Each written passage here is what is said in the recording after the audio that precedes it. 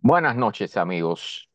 Buenas noches de domingos. Domingo sobre, bueno, ya sabes, soy Carlos Heredero, presentador, coordinador, editor, director y un poco de todo en este programa. Entonces, después del pequeño bache que tuvimos en la presentación, vamos a dar comienzo a la transmisión de hoy, que como siempre, bueno, los domingos siempre digo que son unas tardes aburridas, pues vamos a dedicarlas a algo inteligente e interesante. Y sobre todo, importante. Vamos a hablar, como siempre, sobre el cambio climático, la crisis climática, el calentamiento global, la emergencia climática o como quieran llamarle. Entonces, vamos a darle la bienvenida a todos los que están por acá. Tenemos un montón de gente hoy, increíble. Qué bueno. Luis Botero, buenas noches. Zoraida, buenas noches, como siempre. Alex, bienvenido. Gilar, Alberto, Orestes Torres, bienvenidos todos. Buenas noches. Hay alguien más por ahí, pero no puedo verlo todavía. Facebook me está haciendo sus cosas. A veces no me dejan ni verlas, o sea, los comentarios que me ponen en la charla, o sea, los puedo ver si reproduzco el video, pero tengo que ir viendo el video completo para poder ver todos los comentarios, cosa que es imposible. Entonces, no me está dejando incluso, o sea, no me dice, comentaron en tu video, ni siquiera me da notificación de eso. Así que vamos a ver cómo yo soluciono ese problema. Pero bueno, aquí puedo verlo en vivo, sí puedo verlo. Entonces, Alejandro, bienvenido. Buenas noches. Dame. Vamos a comenzar rápido porque tenemos, como siempre, noticias interesantes e importantes sobre este tema. Vamos a comenzar suave, como siempre, pero vamos a terminar calentito. Calentito, como siempre también. Entonces, déjenme abrir la página porque realmente aquí tengo tantas cosas abiertas ya en esta computadora que a veces es difícil hasta encontrar dónde tengo las cosas abiertas. Bien. Aquí estamos, aquí está. Bien, vamos a quitar el sonido porque de todas formas va a salir. Bueno, vamos a comenzar con algo que vamos a decir que está feo, pero por lo menos se está haciendo algo. ¿Sí? Esto, o sea, cosas que uno no se espera con los extremos climáticos que hay actualmente. Con todas las situaciones, crisis, bueno, la crisis no, emergencia climática, que es como se le llama oficialmente ya a estas alturas, a veces suceden como que estos fríos enormes que bajan el vórtice polar, ¿no? A veces ya no sé si decirlo en inglés o en español, el polar vortex, el vórtice polar. Y entonces crea temperaturas que son de congelación en muchas zonas aquí en los Estados Unidos, en Europa, en otras partes. Y aquí se da un fenómeno bueno, ni imaginarse uno, ¿no? Bueno, tortugas congeladas en el mar y en los ríos, ¿no? Entonces, es increíble, ¿no? Por supuesto, si se congelan, mueren. Entonces, estas personas, estos grupos de personas se dedican a recolectarlas y a rescatarlas y a recalentarlas, ¿no? Y tenerlas a salvo hasta que las temperaturas nuevamente suban a un punto donde pueda ser sobrevivible para ellas, ¿no? Donde puedan sobrevivir. Pero, o sea, esto lo traigo como una muestra de cuántas cosas están sucediendo en el mundo que nosotros no nos enteramos producto de este fenómeno. Entonces, realmente hay muchísimas cosas. O sea, es toda una cadena de eventos, cosas que suceden a la misma vez y que nosotros no nos enteramos porque o no son recogidas por la prensa o a veces no salen ni siquiera en las redes sociales. O hay que estar en las redes sociales para enterarse de algo y hay que tener los contactos. O sea, hay que darle like a las cosas que realmente te pueden dar este tipo de noticias. Nelson, bienvenido, buenas noches. Pero es preocupante, o sea, estas cosas, cada vez que llega un invierno, el invierno pasado también hubo asunto de esto con las tortugas. congeladas y toda esta historia. Y por supuesto, bueno, no sé si habrán visto las imágenes de de los cocodrilos congelados que dejan solamente el orificio para respirar fuera del agua, pero ellos sobreviven, pero las tortugas no. Entonces, hay toda una serie de eventos que están ocurriendo a la par, todos a la misma vez, que van a requerir mucha concentración por parte nuestra, mucha actividad y por supuesto mucha solidaridad, no solo con las personas, sino con los animales también, con las especies, en este caso las especies marinas, ¿no? Pero miren qué cantidad de tortugas ellos han recogido que han salvado, ¿no? O sea, algunas mueren porque ya están demasiado congeladas, pero realmente es triste ver eso, ¿no? Y por lo menos se ve, hay un poco de esperanza por parte de las personas que están actuando con respecto a este tipo de problemas. Bueno, vamos a ir entrando entonces. Un estudio publicado en el sitio web Axios que dice, bueno, algo que no debe ser noticia para nadie. O sea, que las grandes compañías de petróleo están fallando en cumplir los acuerdos de París, los acuerdos climáticos del Acuerdo de París, valga la redundancia. Entonces, del Pozo, hermano, buenas noches, desde Cuba. Buenas noches. Entonces, esto era algo de esperarse, ¿no? O sea, realmente muy importante aquí. O sea, cuando les hacen entrevistas en la televisión, a los representantes, a los voceros, todas esas personas que salen a decir cosas muy lindas, ellos están de acuerdo, entienden el calentamiento global, el cambio climático, vamos a tomar medidas por respecto a eso y vamos a poner paneles solares en todos los pozos petrolíferos y todo eso. Pero detrás de todo eso hay una negación y una tendencia continua a seguir aumentando la producción de no solo de los gases de efecto invernadero, que son consecuencias, sino a la producción del petróleo y del gas y también hasta cierto punto del carbón que todas estas compañías extraen, ¿no? Y entonces, las cosas que se escuchan decir en estas reuniones, que esta creo que fue en Houston, aquí en los Estados Unidos, en lugar de echarse para atrás, lo que están es echando para adelante, o sea, a seguir produciendo y a producir más. Entonces, dicen, hay frases aquí como la de este señor, que es nada más que y nada menos que el CEO, el jefe del Saudi Aramco, que es probablemente la más grande del mundo, ¿no?, en cuanto a producción de petróleo. Nosotros debemos abandonar la fantasía de phasing out, de sacar, de terminar de dejar de usar el petróleo y el gas, y en lugar de eso, invertir más en este tipo de energías. Entonces, realmente, o sea, ¿qué les voy a decir? Ya no es vergonzoso, ¿no? O sea, es un resultado del sistema que tenemos en el mundo, que el dinero puede por encima de todo, incluyendo del futuro de nuestros hijos y de la vida en el planeta. Entonces, lamentablemente, esto no va a tener arreglo. Las cosas que se dicen en estas reuniones, aquí hay montones de frases y eso, realmente da pena escuchar eso, da pena. O sea, en los momentos que estamos viendo, que aquí les traigo una noticia horrible sobre los granizos, que el otro día cayeron en Cuba. Entonces, bueno, hay una noticia aquí sumamente importante sobre los granizos, ¿ok? Entonces, las conclusiones es que todas estas compañías no van a cumplir, por supuesto, porque no les interesa, porque lo que les interesa es seguir ganando billetes y mantener el nivel de poder que tienen, particularmente sus ejecutivos, ¿no? O sea, cuando tú tienes mucho dinero y cuando todo el mundo usa el petróleo que tú produces, pues tú tienes poder sobre esas personas y tienes poder sobre los países, tienes poder sobre los gobiernos. Y eso es algo que lamentablemente está extendido en nuestra sociedad, está arraigado en la sociedad humana actualmente. ¿Bien? Y bueno, por supuesto, los científicos están advirtiendo que hay que cortar las emisiones de inmediato.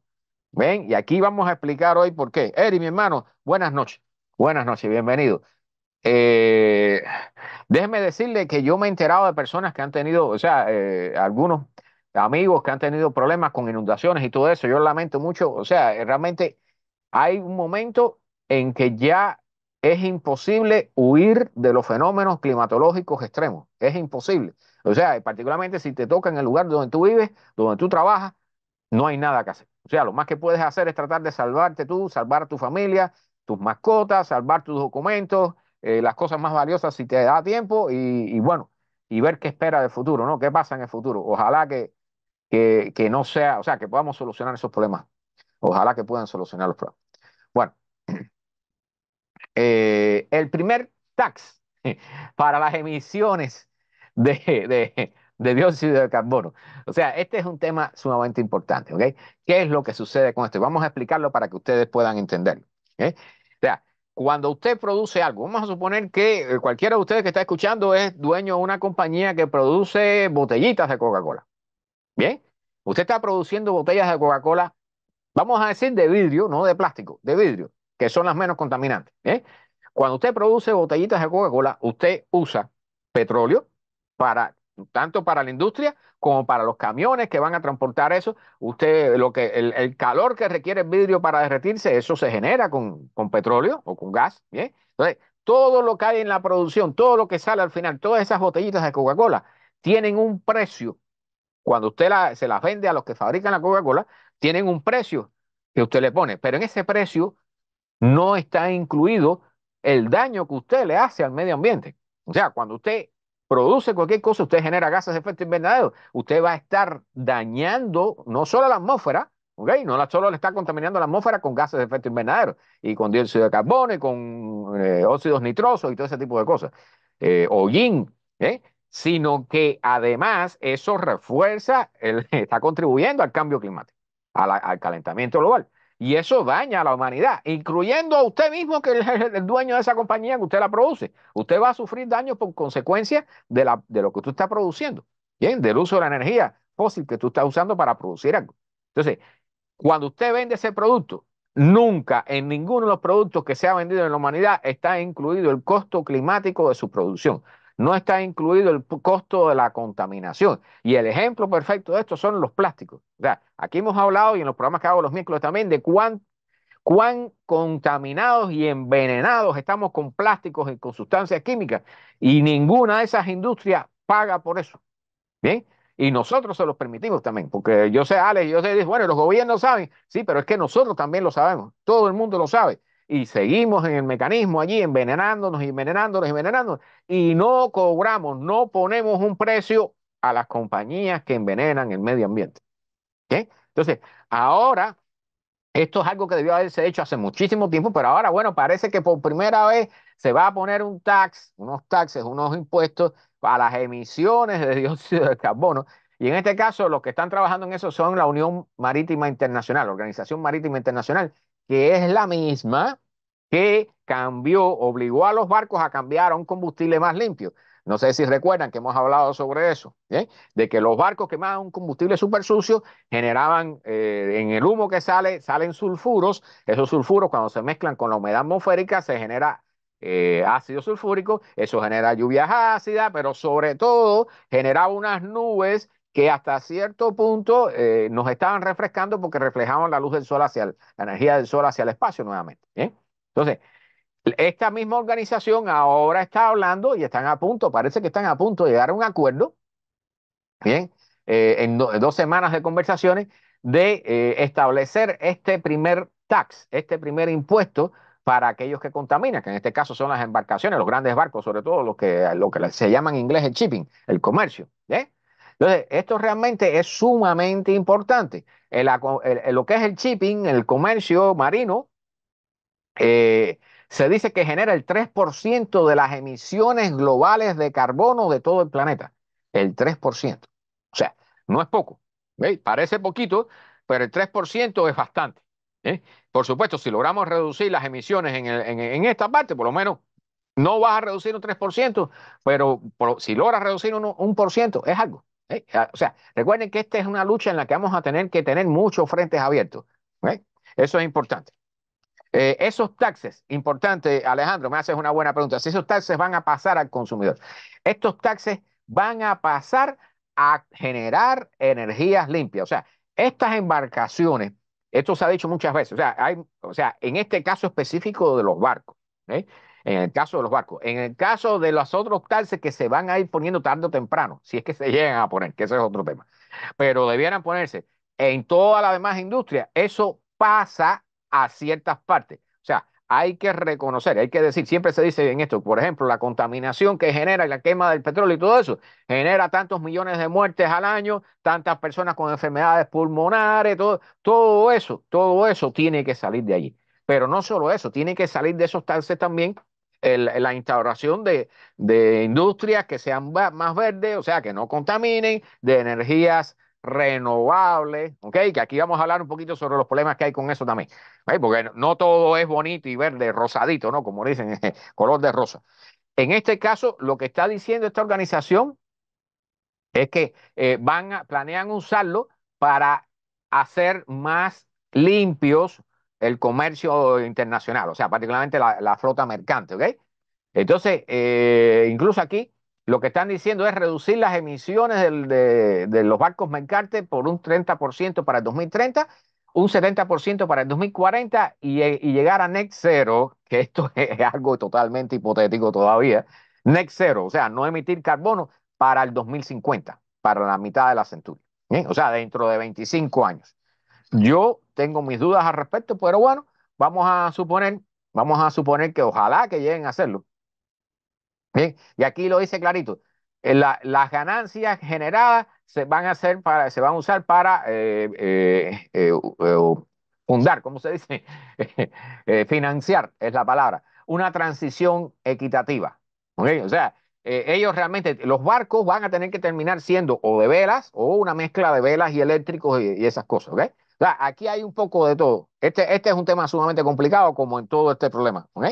No esperen que esto vaya a cumplirse. Yo no espero que esto vaya a cumplirse, aunque debiera, ojalá. Eso nos aliviaría una parte del problema. ¿Bien? Pero sí es válida, Alejandro, o sea, el tema de a dónde van a ir las ganancias y qué se va a hacer con ellas, eso es importante porque cuando tú vayas a comprar plásticos a partir de ahora, el precio va a ser más alto en algún momento. Cuando tú vayas a comprar en la bomba, y esto es importante y lo repito muchas veces, cuando tú compras gasolina en la bomba o petróleo diésel, ¿ok? El costo que tú ves allí no es el costo real que tú estás pagando. ¿Eh? O sea, si tú ves 3.50 o 3.05 o $3 en la bomba, en realidad al final del año, cuando tú pagas taxes, una parte de esos taxes va como regalo, subsidios a las compañías petroleras. ¿Ok? O sea, no pienses que el precio que tú ves en la bomba es tan bonito así, ese es el precio que tú pagas. Parte de tus taxes van como regalo a las compañías petroleras para que sigan extrayendo petróleo y fabricando gasolina. ¿Eh? Entonces, tú no pagas $3, tú pagas más. Lo que pasa es que tú no lo ves. ¿Ok? Bien. ¿Por qué está subiendo la demanda eléctrica, la demanda de energía en los Estados Unidos? Y esto está pasando en otras partes del mundo también, pero particularmente en este artículo está enfocado aquí en los Estados Unidos. Hay un problema serio con la demanda eléctrica. Bien, y eso era de esperarse. ¿Ok? Los taxes, Alejandro repite la pregunta, a ver, estas ganancias le pagaremos en el precio, sí, va a estar incluido en el precio de los productos, todos los productos van a subir, no, ya están subiendo de precio, por muchas causas. Una es, por ejemplo, que cuando la agricultura está siendo golpeada por una sequía, va a haber menos productos, va a costar más producirlo, va a costar más el precio al consumidor. ¿Ok? O sea, todo, y no te extraño, o sea, al final toda la carga va a ir sobre el consumidor hasta el momento que el consumidor no aguante más.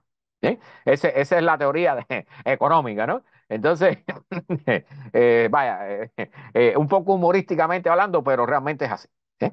Entonces, lamentablemente, el precio, y eso se ha hecho un análisis, o sea, eso sería un tema para tocarlo en un programa de esto. Es delicado, hay que darle la vuelta, los gobiernos están analizando eso, cómo reflejar los costos que va a haber por la transición energética y por las multas estas, los taxes que se le van a poner a las compañías que producen combustibles fósiles y las que los usan. Todo eso va a llevar unos taxes que al final una parte tiene que ir a la población de menores ingresos. ¿Okay? Eso hay un análisis ahí, una tabla y una serie de cosas. Los ricos van a pagar más taxes, los pobres van a recibir ayuda. ¿Ok? Y en el medio, bueno, la clase media que está prácticamente ausente ahorita de este país y de muchas partes del mundo.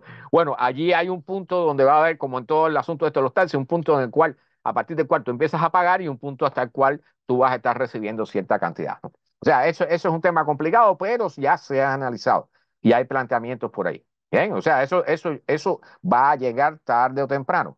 Sí, no colapsamos primero la civilización. Bien.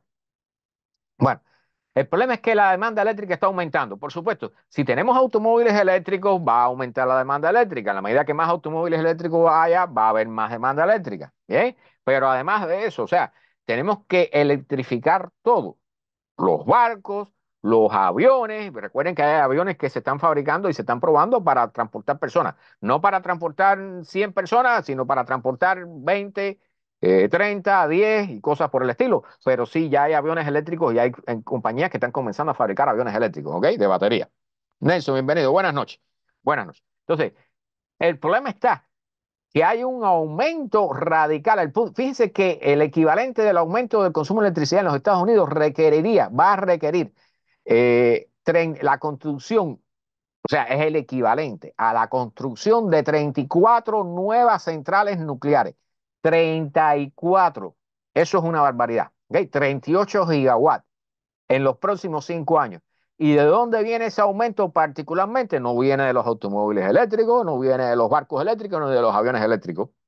Viene de los centros de computación, de los centros de data, los grandes servidores tienen salones enteros que requieren no solo cantidad de electricidad para que funcionen esas computadoras, sino mucho aire acondicionado. ¿Eh?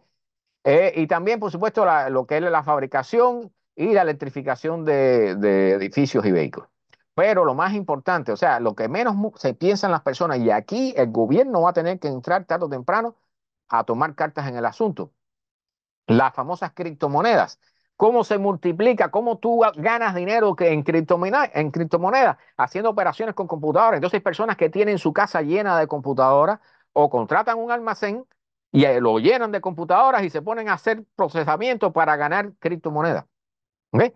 Y eso está fuera del control de los gobiernos, fuera del control de los estados, fuera del control de las compañías eléctricas, y entonces está subiendo la demanda eléctrica, entre otras cosas, por eso.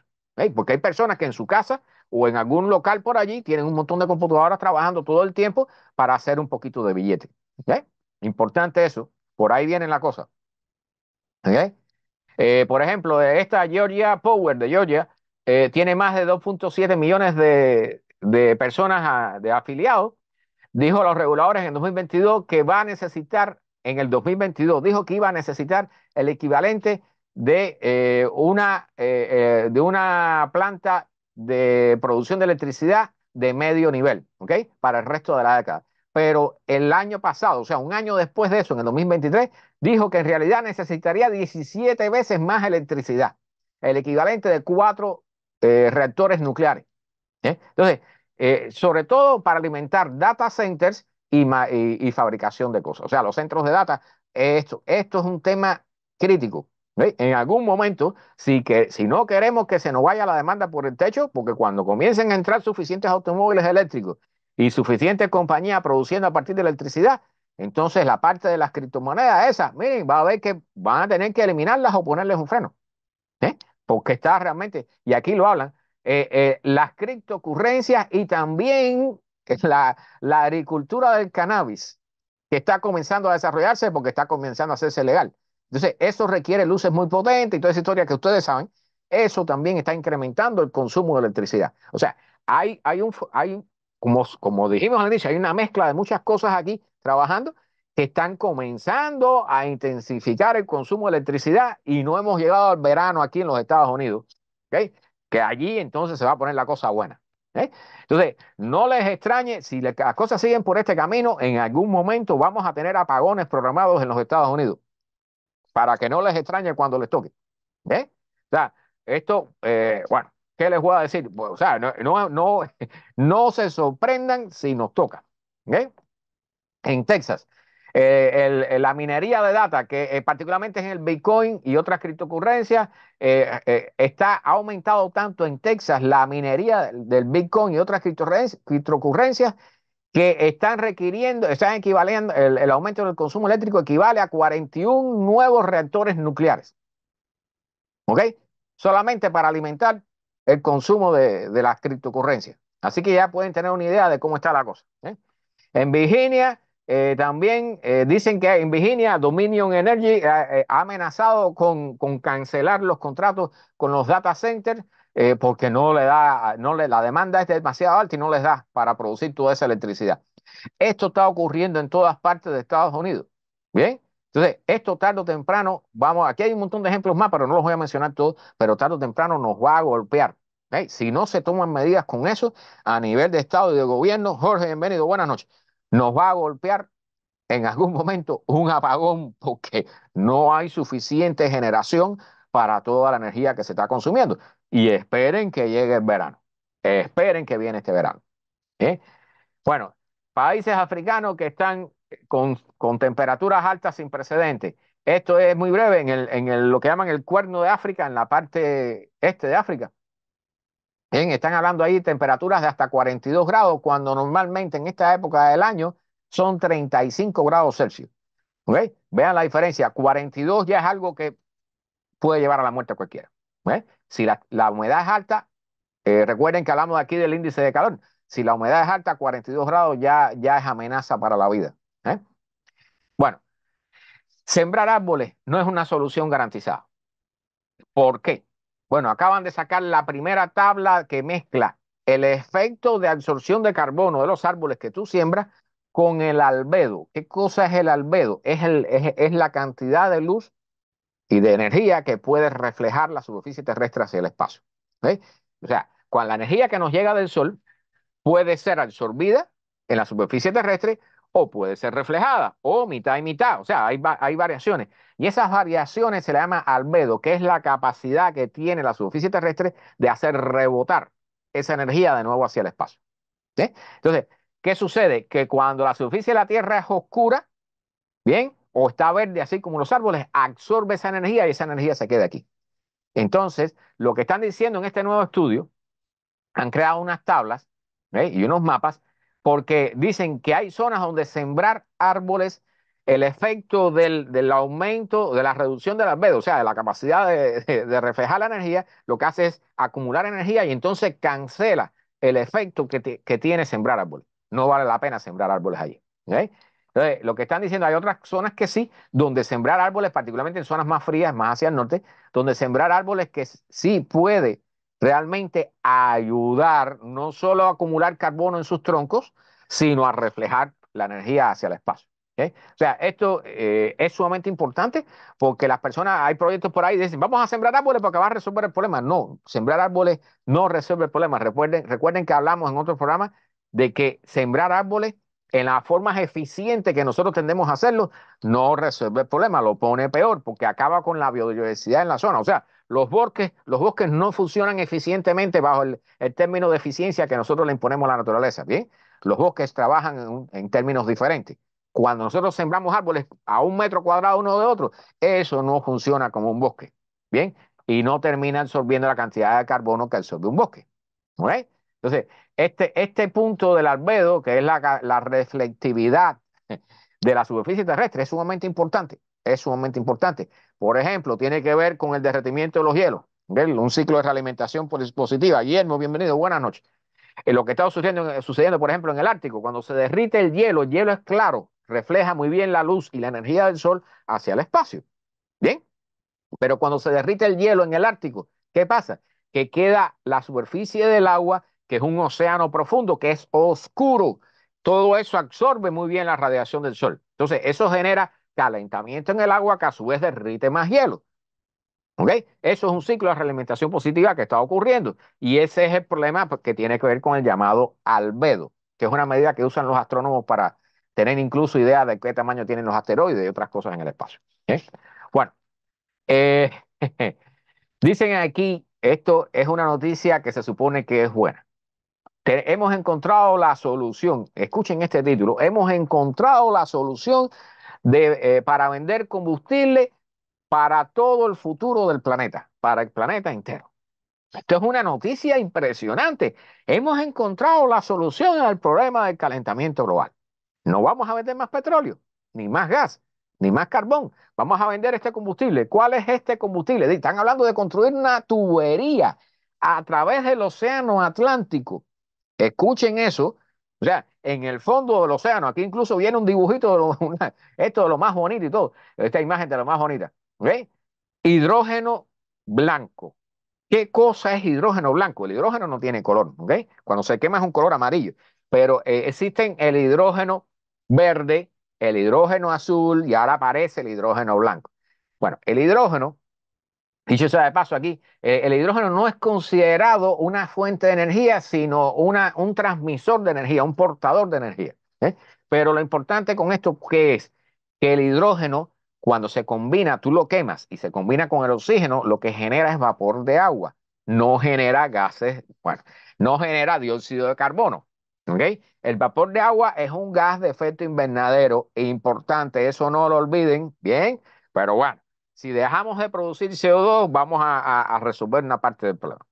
La cosa es que el hidrógeno, para obtenerlo, hasta ahora teníamos dos formas. Una era dividiendo, usando electricidad, dividiendo el agua en hidrógeno y oxígeno, que son sus componentes fundamentales, o, o dividiendo o extrayéndolo de petróleo, de componentes de petróleo.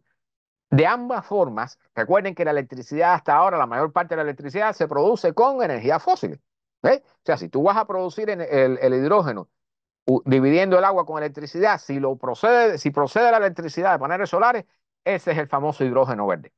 Pero si la electricidad procede de fuentes combustibles fósiles, ese es un hidrógeno azul. ¿Bien? Ahora, ¿cuál es el hidrógeno blanco? Bueno, no es otra cosa que haciendo, Edgar, bienvenido, buenas noches desde Perú, bienvenido. Han encontrado, buscando gas, depósitos de gas en Europa. Esto, un par de científicos muy brillantes, ellos evidentemente descubrieron, con una tecnología muy alta, por supuesto, descubrieron depósitos de hidrógeno en el subsuelo a grandes profundidades. O sea, ¿qué es lo que nos dice esto? Que pudiéramos, usando la misma tecnología de perforación del petróleo, pudiéramos, o similar, porque esto es un gas, ¿bien? Pero pudiéramos extraer este hidrógeno que no hay que producirlo, ya la naturaleza lo produjo por sí. Entonces, este se le llama el hidrógeno blanco. Parece ser que las cantidades que han encontrado son tan grandes y de hecho están encontrando en otras partes del mundo que dicen, están hablando incluso de construir una tubería para enviar el hidrógeno desde Europa hacia Estados Unidos y Norteamérica. ¿Eh? O sea, este es un tema, vamos a decirle, tiene su complicación. El hidrógeno, como es un gas extremadamente ligero, tiene sus problemas. Escapa fácilmente por cualquier huequito, ¿bien? Pero además, el acero que se usa para los contenedores, por supuesto, para, por ejemplo, si vas a tener un automóvil de hidrógeno, tú necesitas un contenedor de acero que soporte una presión, si mal no recuerdo, de 500 atmósferas, una barbaridad, 500, 700 atmósferas, ¿ok? Entonces, ese acero, bajo la influencia de esa tan alta presión y del hidrógeno, de la capacidad que tiene de entrar por los huequitos, pues cada 5 años hay que cambiar esos tanques porque comienzan a hacerse proclives a tener fallas. ¿Sí? Entonces, y las tuberías, por supuesto, también va a suceder. Entonces, este es un tema que tiene un título muy bonito. Hemos resuelto, hemos encontrado la solución. Pero, señores, el tema del hidrógeno es difícil. ¿Okay? Es una opción para el futuro, pero hay muy pocos autos de hidrógeno, hay muy pocas gasolineras que sirven hidrógeno al automóvil. Y no recuerden que hace mucho, porque el hidrógeno es sumamente volátil y combustible. ¿Bien? No hace, creo que fue el año pasado, inicios del año pasado o el antes pasado, que en Europa una gasolinera que además ofertaba hidrógeno explotó. Así de sencillo, porque el hidrógeno no perdona. Bien, el hidrógeno tú le acercas a una llama, es peor. Papo, bienvenidos de Puerto Rico, bienvenido, buenas noches. El hidrógeno es sumamente combustible, muy fácil de entender, mucho más fácil que la gasolina, ¿ok? Y como es el líquido pasando a estado gaseoso, eso está mezclado de forma muy eficiente con el oxígeno. ¿Ok? Entonces, este hidrógeno blanco sí es una opción muy interesante para el futuro, ojalá que la desarrollemos, ¿ok? Pero tiene sus problemas, ¿ok? No canten victoria con este descubrimiento. Bueno, esta es una noticia muy breve. Nueva modelación un nuevo modelo muestra que la intensidad del CO2, de la cantidad de CO2 que se absorbe por la superficie terrestre es mayor en las zonas costeras que en el océano abierto. ¿Ok? Este es un tema importante. Ahí están los manglares, por ejemplo, en las costas. Todo este tipo de ecosistema acá en las costas parece que es muy bueno absorbiendo CO2 mucho mejor que el propio océano en las partes abiertas del océano, en las partes profundas. Entonces, este estudio pudiera tener cierto efecto en los modelos para los cambios climáticos en el futuro. Pudiera ser importante y pudiera ayudarnos también a prevenir ciertas cosas. Bien, Microsoft firma un acuerdo con esta compañía que se llama Next 150, Próxima 150 en español. ¿ok? Firmó un acuerdo con esta compañía para que les quiten de arriba 95.000 toneladas de carbono, de emisiones de carbono. Recuerden que todas las compañías, o sea, comenzamos hablando del aumento del consumo eléctrico. ¿Por qué? Por los data centers, los centros de computación, ya sean para criptocurrencia o para servidores, para inteligencia artificial o lo que sea. ¿Sí? Entonces, Microsoft y toda esta compañía, Amazon, toda esta gente tienen servidores en grandes cantidades y eso consume muchísima electricidad que equivale a la generación de muchísimo dióxido de carbono en la atmósfera. Entonces, una de las vías que tienen estas compañías para hacerse net zero, ¿okay? Que no generen dióxido de carbono, es pagarle a otras compañías que se dedican a absorber dióxido de carbono en la atmósfera. ¿Bien? Entonces, estos son formas de comercio con el carbono que se usan ya hace ya un tiempo y ahora van a usarse muchísimo más. Okay. Particularmente esto es carbono biológico, carbón biológico. Y es el mismo proceso que se usaba, que se usa por los indígenas y por las personas pobres o por los que fabrican carbón para cocinar en las casas. Es el mismo proceso, o sea, madera, biomasa, que se quema en ausencia de oxígeno. Bien, y luego ese carbón se absorbe el carbono a la atmósfera, luego ese carbón se inyecta en la tierra, se entierra o se usa para producir eh, fertilizantes o algún tipo de... También se habla de fabricar productos, ¿no? Con ese carbón. ¿Ok? Entonces, esto, bueno, es parte de lo que viene. Recuerden que no va a ser suficiente. La cantidad de carbono que hemos inyectado en la atmósfera es tan grande que no es suficiente con que detengamos la generación de dióxido de carbono. ¿Ok? Si nosotros hoy dejáramos de usar, todo el mundo, el planeta entero, dejara de usar petróleo, gas y carbón, bien, no sería suficiente para resolver el problema del calentamiento global. Habría que extraer dióxido de carbono en la atmósfera también. Bien. Y esta es la parte sobre las energías renovables que comienza a ponerse la cosa difícil. Miren esta noticia. Esto que ven aquí son paneles solares, un campo de paneles solares que es para generar energía eléctrica a partir del sol. Fuentes renovables. Tienen un problema. Son débiles a las tormentas de granizo. ¿Ok? Aquí hubo una gran granizada, esto fue en Texas, creo, y resulta que, bueno, miren cómo quedaron los paneles, parecen llenos, que le han caído a tiros, ¿no? Están llenos de huecos, todos los paneles han quedado destruidos, todos. ¿Ok? Y esta es una pregunta muy interesante, o sea, ¿hasta qué punto nosotros vamos a poder resolver el problema? Porque las granizadas están abundando y están creciendo en número, están creciendo en fuerza. Y aquí tengo una noticia al final sobre los granizos que está horrible. ¿Ve? Este es el granizo que está cayendo ahora. Recuerden lo que cayó en Cuba, la tormenta de granizo que ha caído en Cuba, no sé, en muchos lados. Bueno, donde quiera que usted tenga paneles solares, van a estar expuestos a los granizos. ¿Bien? Esto es un desastre mayúsculo. Y por supuesto, ellos dicen, bueno, no hay problema porque tenemos seguro y el seguro cubre los daños por granizo. Ok, pero hay otro problema que preocupa a la gente que vive aquí en las cercanías de estos paneles solares, ¿ok?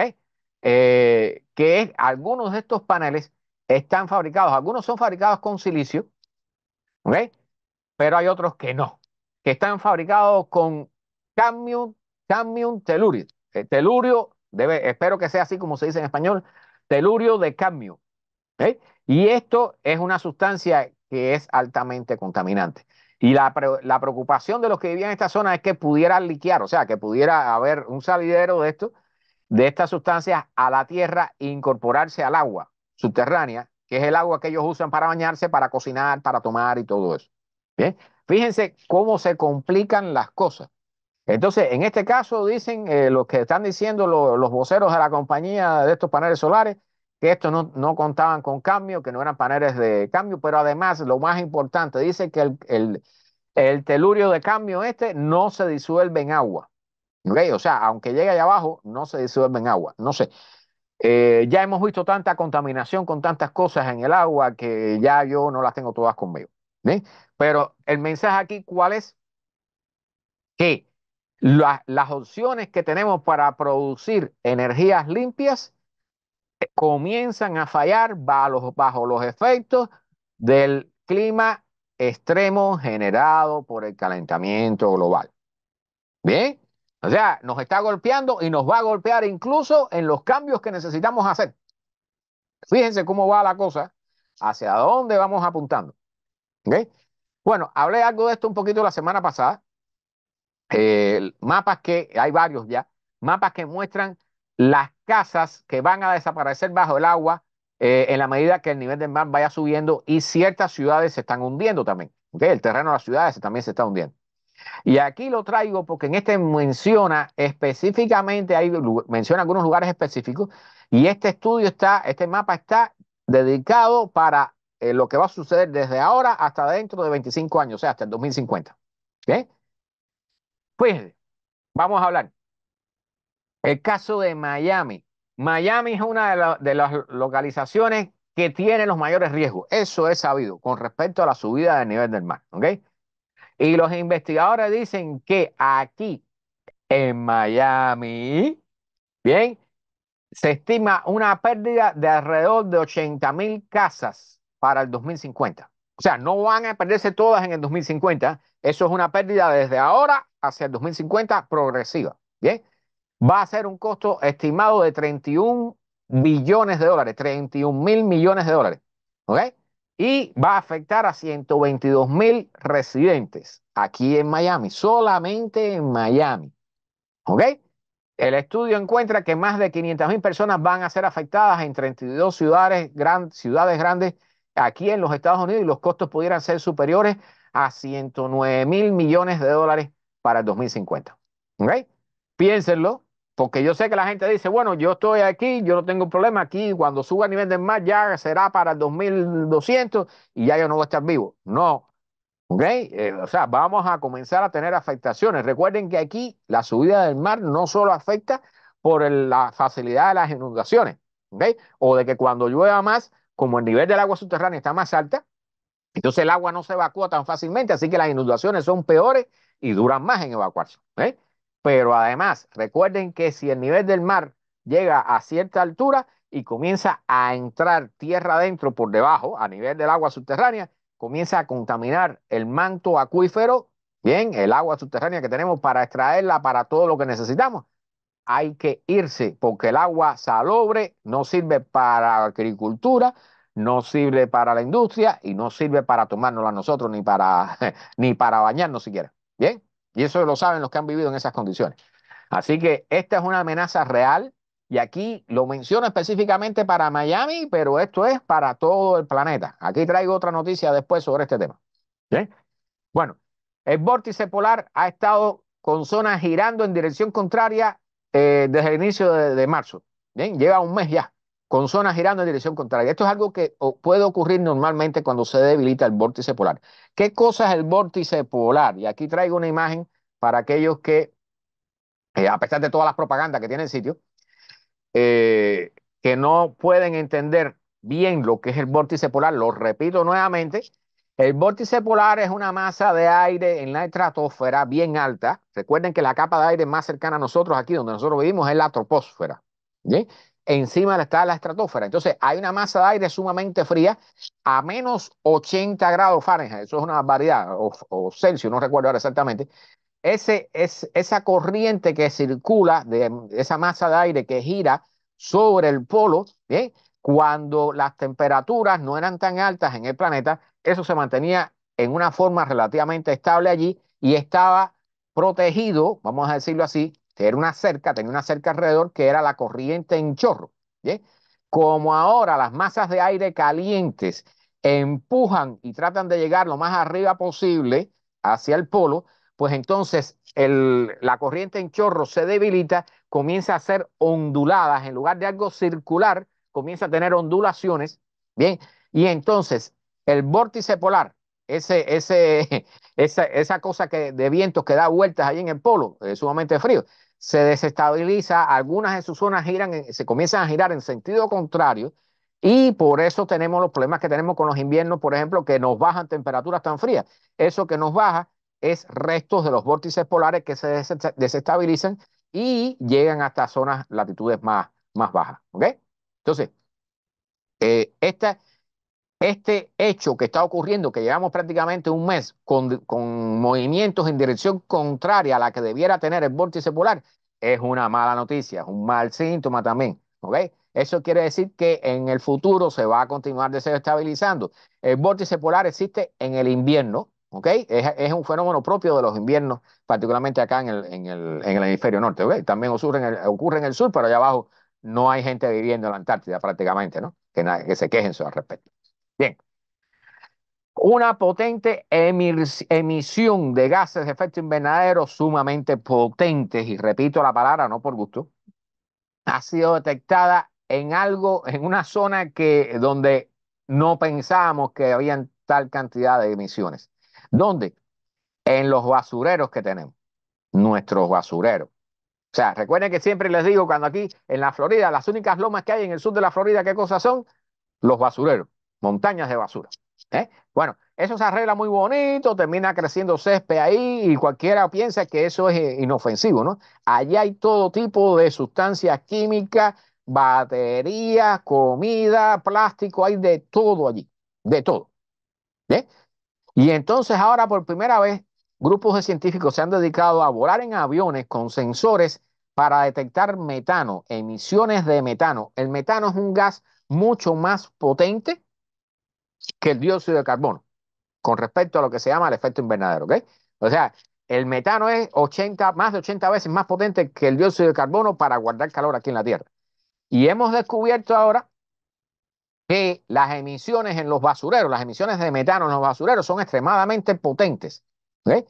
Y esto es algo que no, o sea, no teníamos en cuenta en los modelos, pero que además no vamos a poder controlar porque aunque nosotros dejáramos de usar combustibles fósiles, petróleo, gas, carbón, vamos a seguir produciendo basura. Por lo tanto, se va a seguir produciendo metano en los basureros. ¿Okay? Esta es una fuente de calentamiento de gases de efecto invernadero que no vamos a poder evitar. ¿Okay? Entonces, aquí, particularmente en los Estados Unidos, dicen que hay más de 200 basureros que fueron chequeados a través de 18 estados de los Estados Unidos entre el 2018 y el 2022, y en todos ellos se detectaron, en la gran mayoría de ellos se detectaron grandes emisiones de metano, muy superiores a las que se habían reportado anteriormente. ¿Bien? Esto es extremadamente preocupante, porque esta es una forma de gas de efecto invernadero que no vamos a poder evitar emitir. Bien, y esto es parte del todo lo que está sucediendo. Recuerden que siempre les digo, hay muchas cosas sucediendo a la misma vez. ¿Ok? Dice Alberto Quiñones, aquí en el Doral y Medley se siente el olor a metano. Antes tenían un quemador, en Hialeah Garden se sentía. Bueno, sí, o sea, a veces se ponen quemadores, a veces no. Pero eso sale. Miren esta imagen aquí, ahí lo dice todo. Eso sale. Y eso, el metano dura entre 10 y 15 años en la atmósfera. Y durante todo ese tiempo está almacenando calor aquí en la atmósfera. ¿Eh?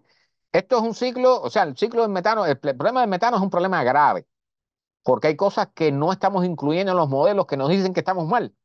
Estamos peor. Hay cosas que no están incluidas en los modelos, como toda la cantidad de metano que está saliendo de la tundra en Siberia, del permafrost en Siberia, en Canadá, en Alaska, que se está derritiendo, todo ese suelo que se está derritiendo, eso está liberando también dióxido de carbono y metano. ¿Ok? Y muchas de esas cosas no se han incluido en los modelos.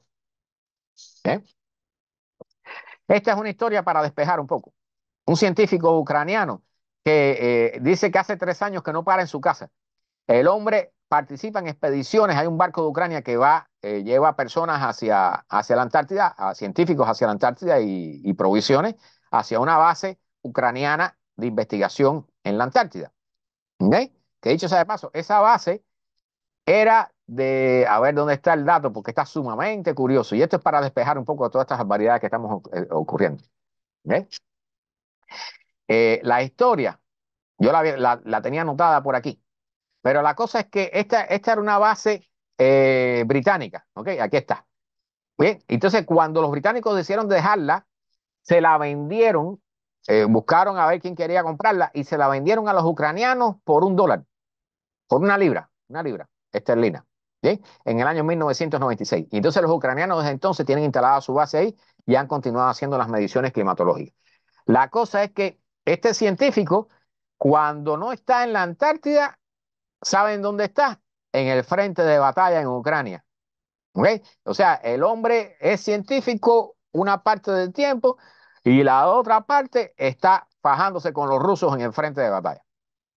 Dicen que lleva 3 años sin ir a su casa. Va 2 días y ve a sus hijos y se vuelve ahí.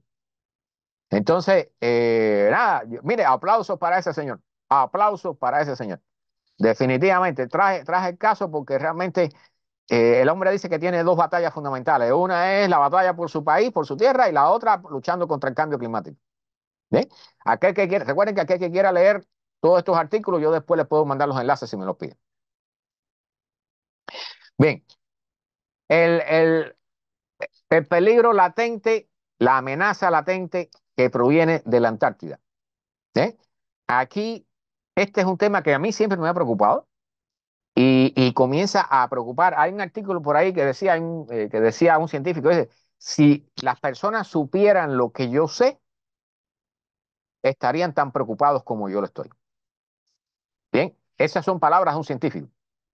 Y entonces aquí, muy brevemente, porque no puedo leer el artículo completo, pero sí, están hablando de que los cambios que están ocurriendo en la Antártida se están acelerando, pero no son similares a lo que está ocurriendo en Alaska, por supuesto. ¿Ok?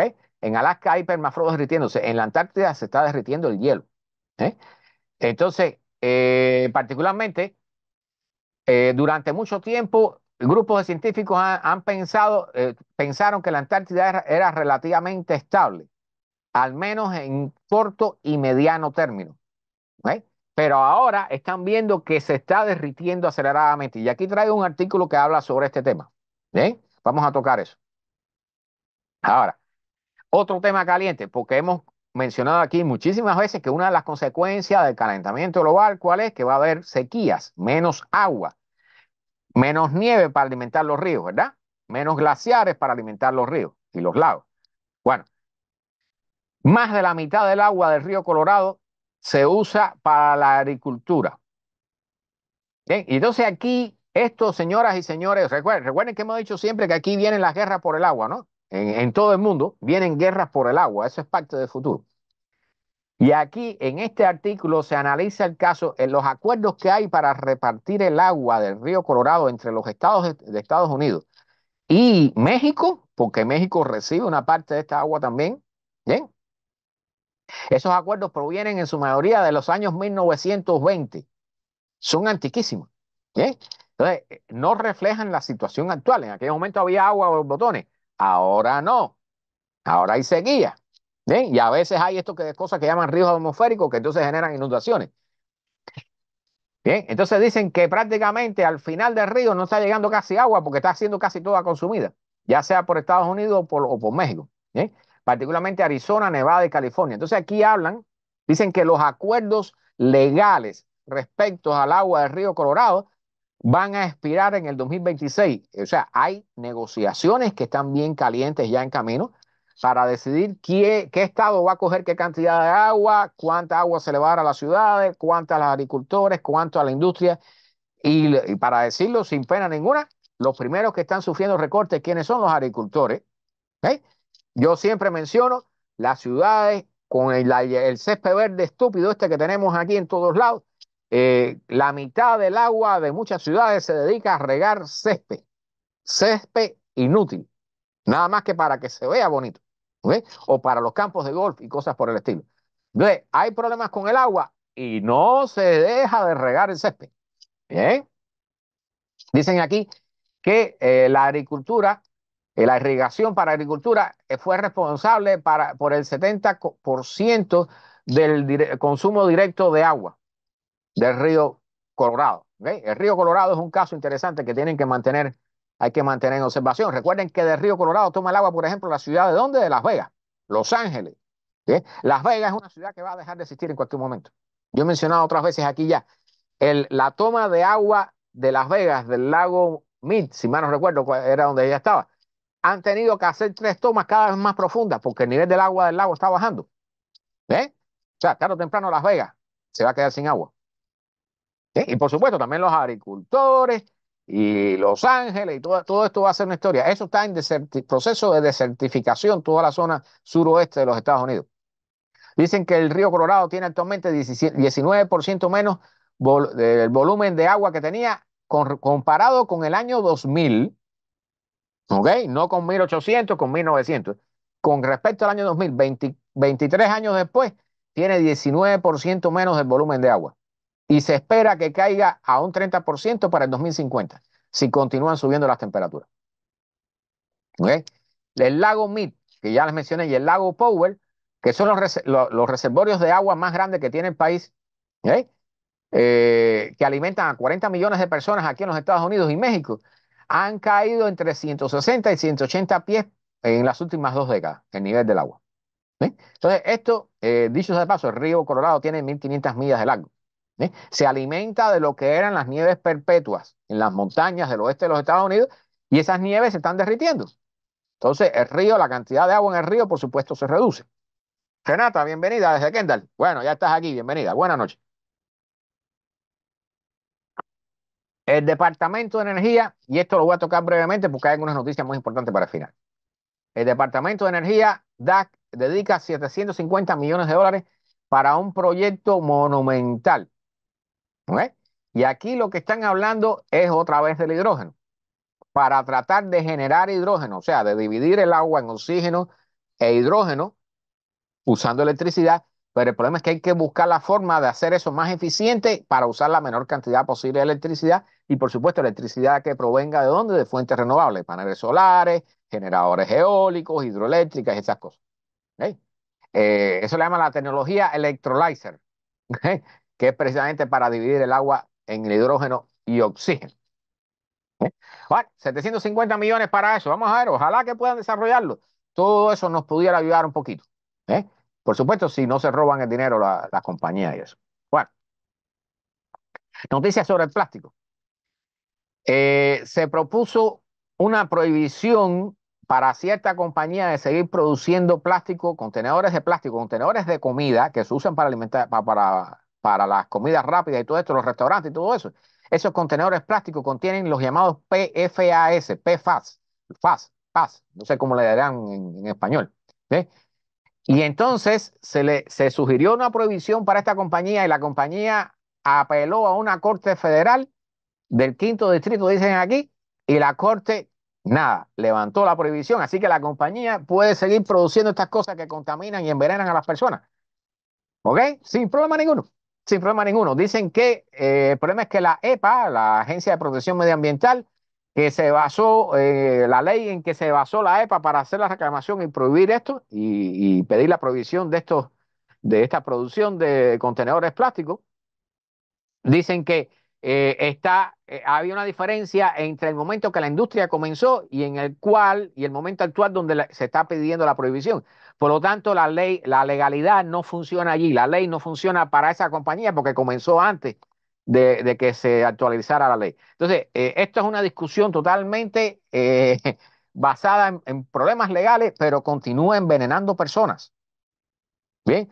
Y entonces lo dicen explícitamente los jueces de la Corte del Quinto Distrito, dicen que ellos no niegan que los contenedores sean un peligro para la salud, pero que dicen que la EPA no puede regular bajo los estatutos que ellos usaron para tratar de regular estos contenedores. O sea, al final, o sea, hay un problema legal, pero la realidad es que seguimos envenenándonos con plástico y no pasa nada. No pasa nada. Como decía Alex, ¿no? El gobierno lo sabía, no lo sabe el gobierno, lo saben las cortes, lo sabe todo el mundo y seguimos envenenándonos. Bien, este es un tema bonito para aquellos que quieran leerlo, está más bonita la historia. Un lago que regresó, que había desaparecido hace 130 años, pero no había desaparecido por causas naturales. ¿Okay? O sea, fue un lago que hicieron desaparecer. Aquí ven una carretera que pasaba por la zona donde ya no existía el lago, ¿eh? Y el lago, producto de estos ríos atmosféricos, estas lluvias enormes que han caído en California y toda esta zona oeste de los Estados Unidos, pues el lago resurgió, se volvió a inundar. Y no se han tenido que cerrar las carreteras, no solo eso, fábricas, casas, todo eso ha tenido que irse de ahí, desaparecer. Son pérdidas económicas grandes, significativas. ¿Bien? Este lago, el lago Tulare, que era conocido como Pahachi por los indígenas. ¿Ok? El problema es que los indios fueron expulsados de esta zona. ¿Y cómo fueron? Por los colonizadores. Secaron el lago, drenaron el lago para expulsar a los indígenas y tomar las tierras para cultivo y para vivienda. ¿Okay? Entonces, en esa zona, allí se establecieron pueblos, industrias y todo tipo de cosas, y ahora la tierra reclamó eso, mejor dicho, el agua.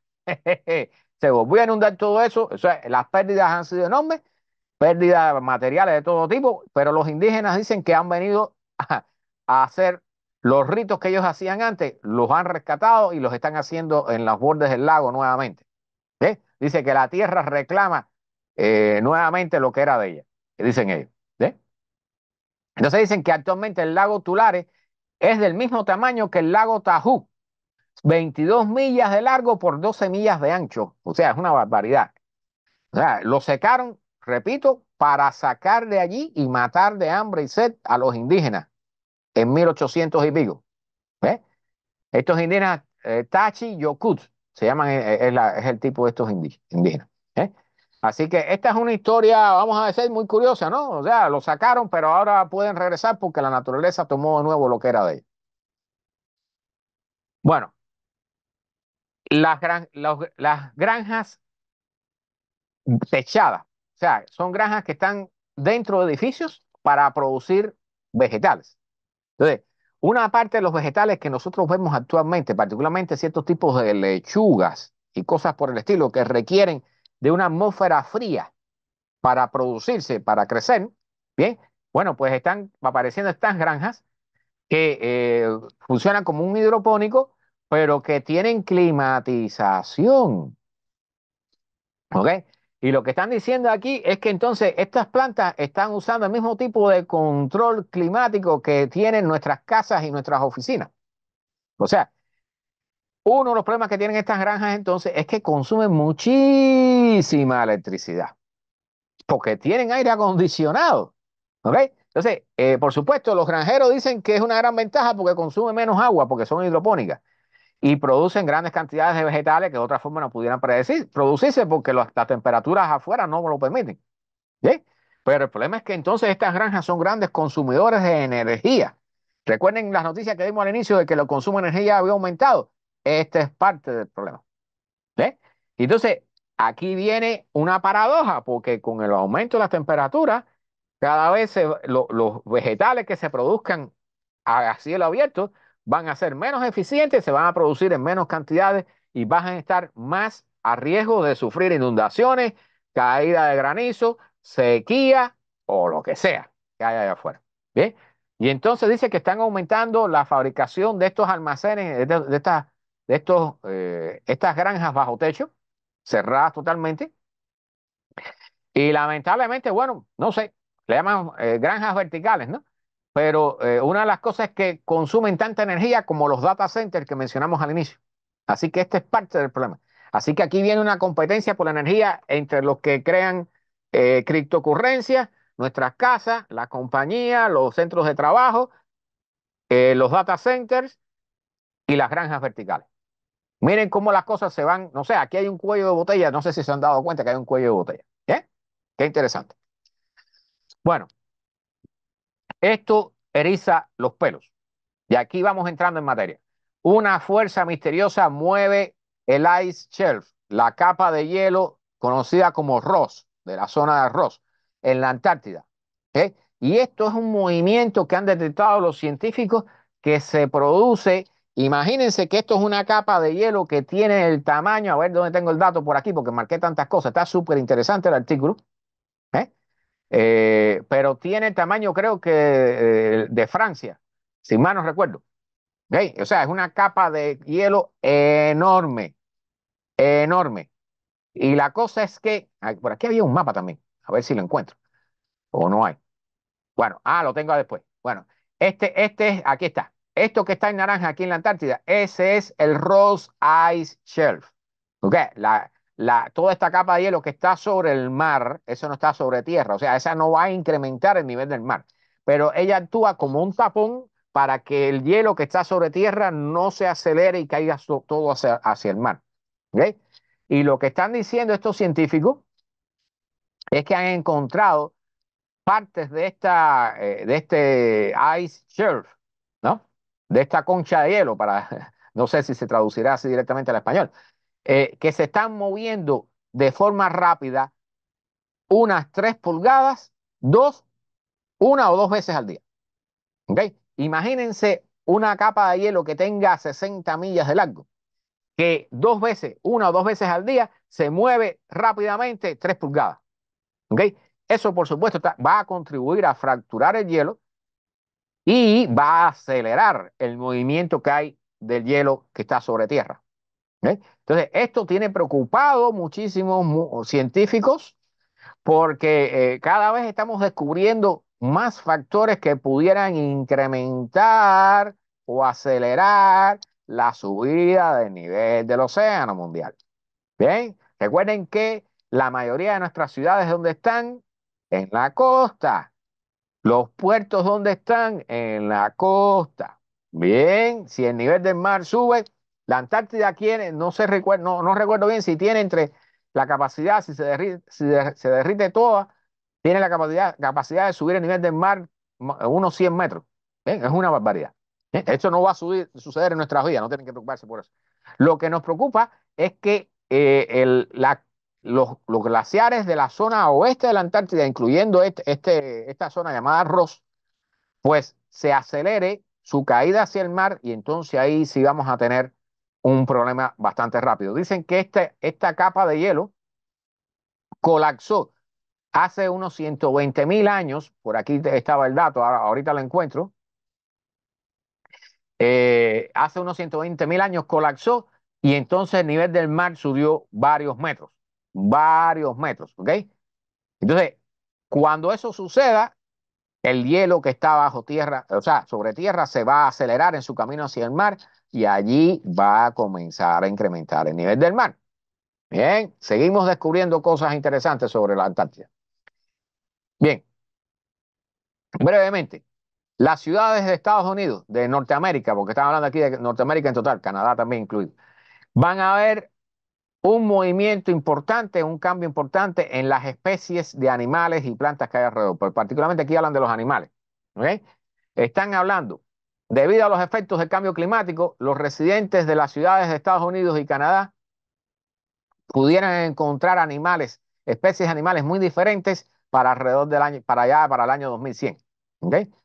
Entonces aquí se estudiaron el movimiento de 2000 especies de animales, todos esos datos, pero lo más importante, dicen que ciudades frías y húmedas como Omaha en Kansas City, por ejemplo, pudiera eh, recibir nuevas especies, incluyendo también Quebec, Ottawa y Winnipeg, doblando la cantidad de especies que habitan en esas ciudades. O sea, especies que irían subiendo, huyendo al calor que está subiendo, esas especies van a ir moviéndose hacia arriba y comenzarían a entrar en ciudades que normalmente son más frías. ¿Ok? Ciudades calientes con mayores cantidades de lluvia, por ejemplo California, pudieran perder la mayoría de sus especies de animales que viven en los alrededores. ¿Ok? Incluyen Phoenix, Albuquerque. ¿Ok? Y bueno, aquí hablan todo. O sea, aquí lo que están diciendo es que las especies están subiendo en latitud, huyendo al calor. ¿Sí? Y en la medida que haya temperaturas más templadas en zonas más altas, pues van a continuar subiendo, van a ir colonizando territorio hacia arriba y van a ir abandonando las partes más calientes. Bien, no son bobos los animales. Este tema solamente se los voy a tocar por arriba. El problema de la comida, la marca en las comidas, la marca de fecha de vencimiento de las comidas. ¿Ok? Cuando dice best before, o sea, es mejor comerlo antes de tal fecha, esa no es la fecha de vencimiento. ¿Y cuál es el problema con esto? O sea, están hablando ahora de crear una nueva ley que modifique eso, porque no hay una ley federal ni un acuerdo a nivel federal para definir cuándo, para informarle al usuario cuándo una comida no deba consumirse. Entonces, la gente ve la fecha que dice, la fecha que hay escrita en todos los alimentos y piensan que ya después de eso va a estar vencida. Eso no es así. ¿Ok? Entonces, ¿qué es lo que aconsejan actualmente? Dicen que el promedio de familia aquí, una familia en los Estados Unidos, vota alrededor de $1.500 al año en comida sin comer por culpa de este problema. Comida que era perfectamente comestible. ¿Bien? Entonces, ¿qué es lo que están aconsejando? ¿Qué es lo que están aconsejando? La idea, bueno, lo que están proponiendo al Congreso aquí es que haya dos fechas en todos los contenedores.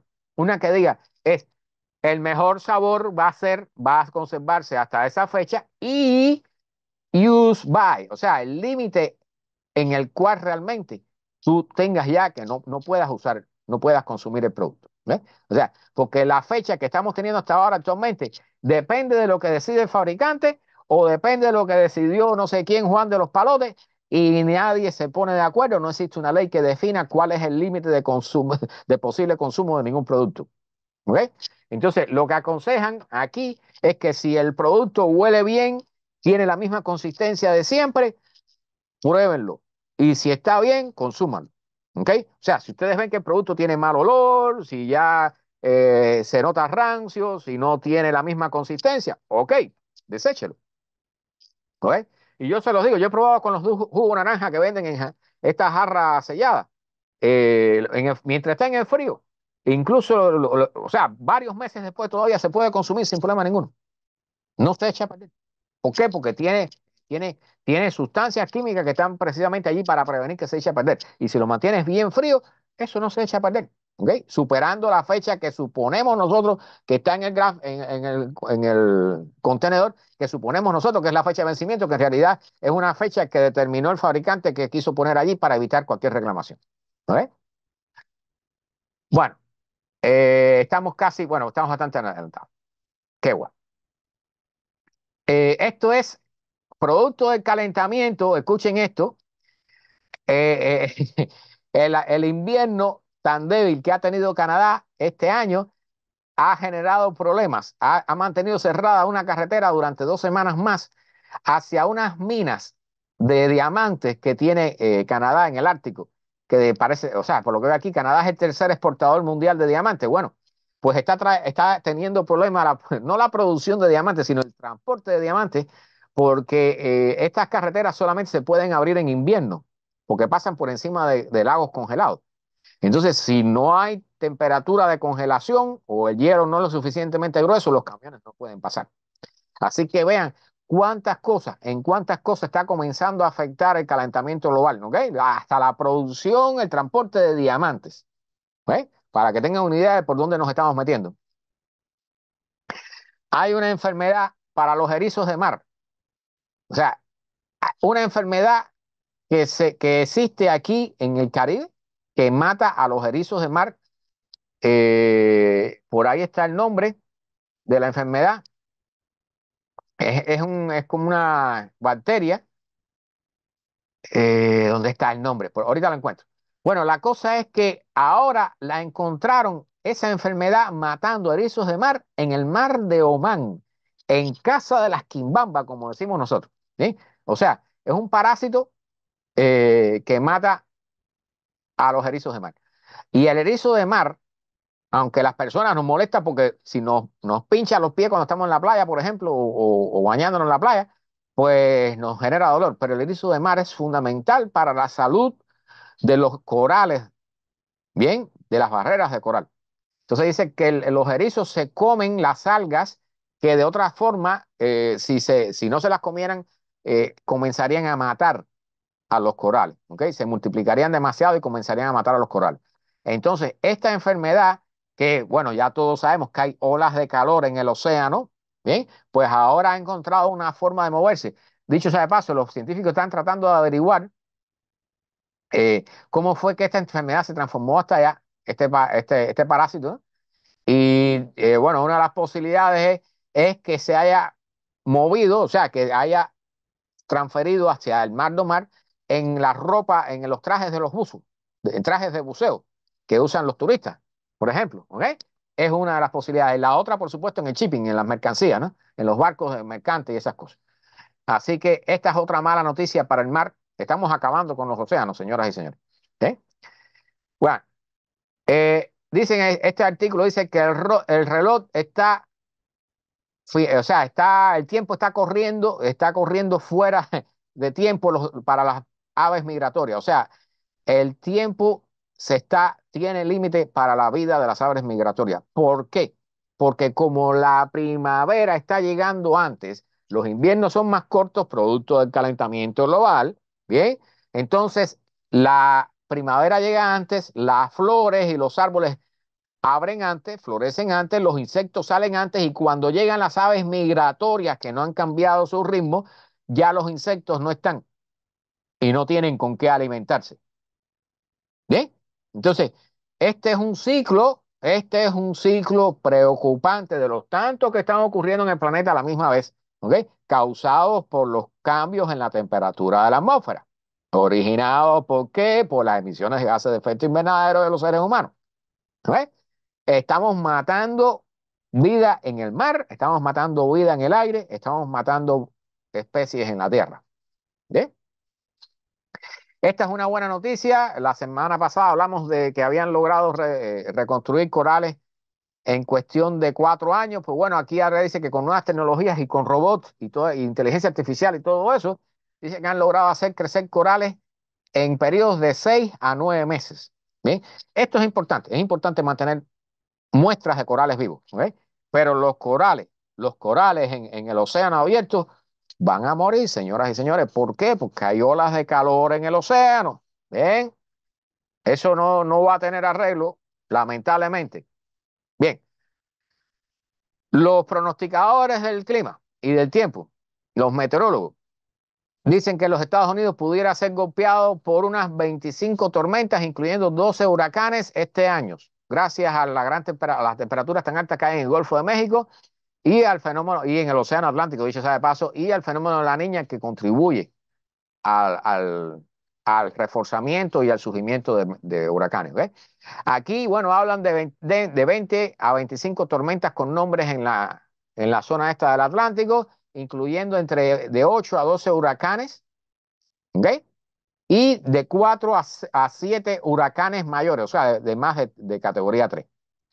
¿Ok? Y de entre 4 a 6 impactos directos en los Estados Unidos. Entonces, yo aquí les traigo, no voy a, traigo algunos videos de cosas horribles, como siempre les traigo. Déjenme dejar de compartir este momento para compartirlo de forma que pueda ser optimizado para el video, para que puedan verlo, ¿bien? Sin que se les congele. Aquí tienen, miren esto, los sonidos los voy a quitar. Esto es en China. Eso parece, esto fue una ciudad en China, en 2 o 3 ciudades en China. Eso parece de una película de horror, lo que están viendo ahí, ese viento y es un desastre, por supuesto, ahí ven explosiones de transformadores y todo eso. Eso parece sacado de una película. Bien, son cosas increíbles que están pasando en el planeta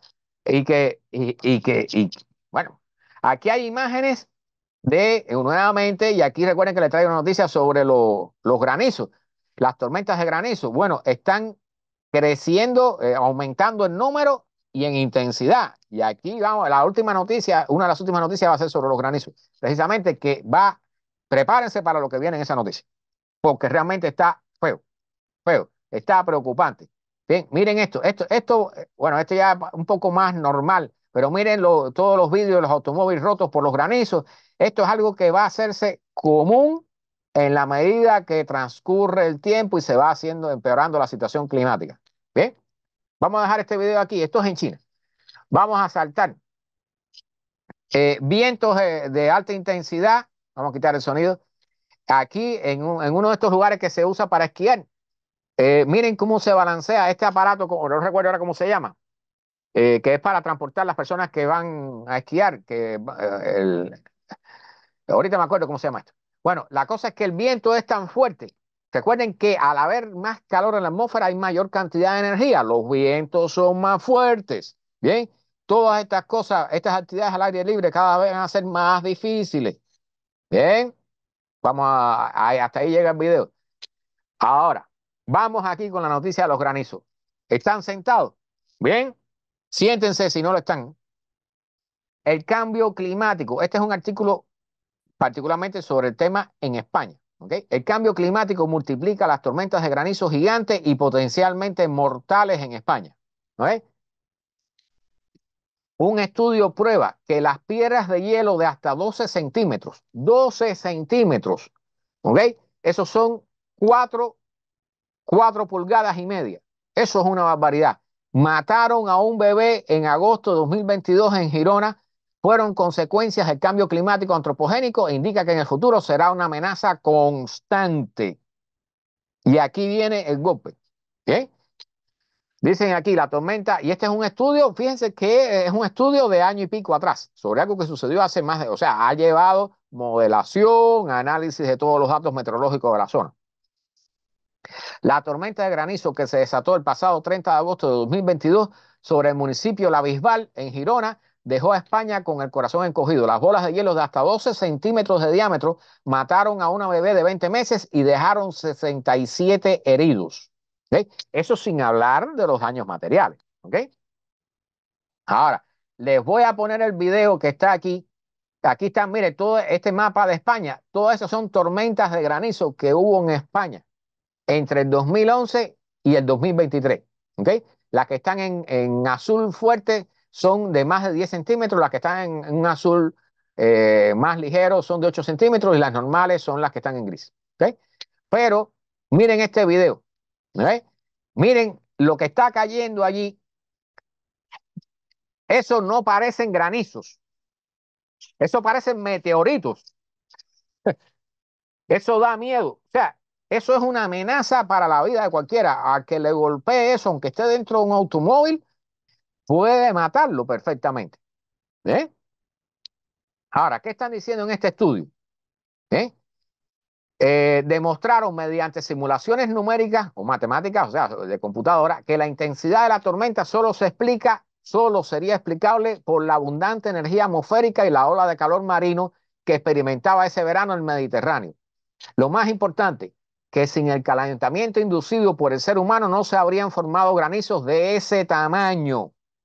¿Qué dice eso? Que en la medida que se caliente más la atmósfera, los granizos van a ser más grandes. Ojo, el mayor registrado hasta ahora en nuestro país y el primero en matar a una persona en las últimas 2 décadas. Cuando realizamos la simulación con las que serían unas temperaturas del mar normales para este momento del año, no desaparece la supercélula que se formó sobre Girona, pero no se forma el granizo de tamaño gigante. ¿Okay? Lo que define el tamaño del granizo es la temperatura. Más temperatura, más grande el granizo. La tormenta puede ser la misma, pero el tamaño del granizo está definido por la temperatura en la atmósfera. En los últimos 3 años, del 2021 al 2023, tenemos los mismos eventos de granizo gigante o muy grande que en todo el periodo de 2011 a 2019. Y a nivel europeo se está hablando que el granizo es la amenaza más potente relacionada con tiempos severos que va a acontecer en el futuro, por los daños directos a personas, cultivos y bienes que provoca. ¿Okay? Ahora, los precedentes más recientes son las granizadas de Mora de Rubielos en Teruel el 23 de julio del 17 y el Albalate del Arzobispo el 5 de septiembre de 2018, ambos con piedras de granizo de 10 centímetros de diámetro. Ahora, la novedad del estudio es que es la primera vez que se demuestra científicamente una influencia del cambio climático en el tamaño del granizo. Como sucedió en el estudio que él y su equipo realizaron hace unos meses sobre la violenta tormenta que se produjo en agosto de este mismo año sobre el Mediterráneo, lo que llaman el derecho es una tormenta que se ha dado aquí también en los Estados Unidos, cuando los científicos reproducían las condiciones de la era preindustrial, cuando no había calentamiento global en la simulación, el modelo daba tamaños de granizo normales. Bien, nada que ver con las monstruosas piedras que cayeron aquel día sobre la localidad de Bisbal. Es lo que se conoce en ciencias climáticas como un estudio de atribución de eventos extremos. ¿Sí? Aquí, como en el caso del derecho, se dio una convección organizada en forma de una supercélula, etcétera, etcétera. Ahora, lo que indican los datos, afirma el especialista, es que estas tormentas con granizo extremo serán más frecuentes y con potencial de tener un tamaño cada vez mayor. Lo que encontramos a futuro, lo que encontramos a futuro en los peores escenarios de calentamiento es un aumento del tamaño del granizo de hasta el 200% en algunos puntos. Si seguimos así, no sería raro ver granizos de 20 centímetros en un futuro, cerca del límite físico que pueden alcanzar estas bolas de hielo. 20 centímetros, ¿ok? 2 decímetros. Yo no sé, déjeme, tengo aquí la calculadora, porque 20, llevando la pulgada, un granizo de 8 pulgadas.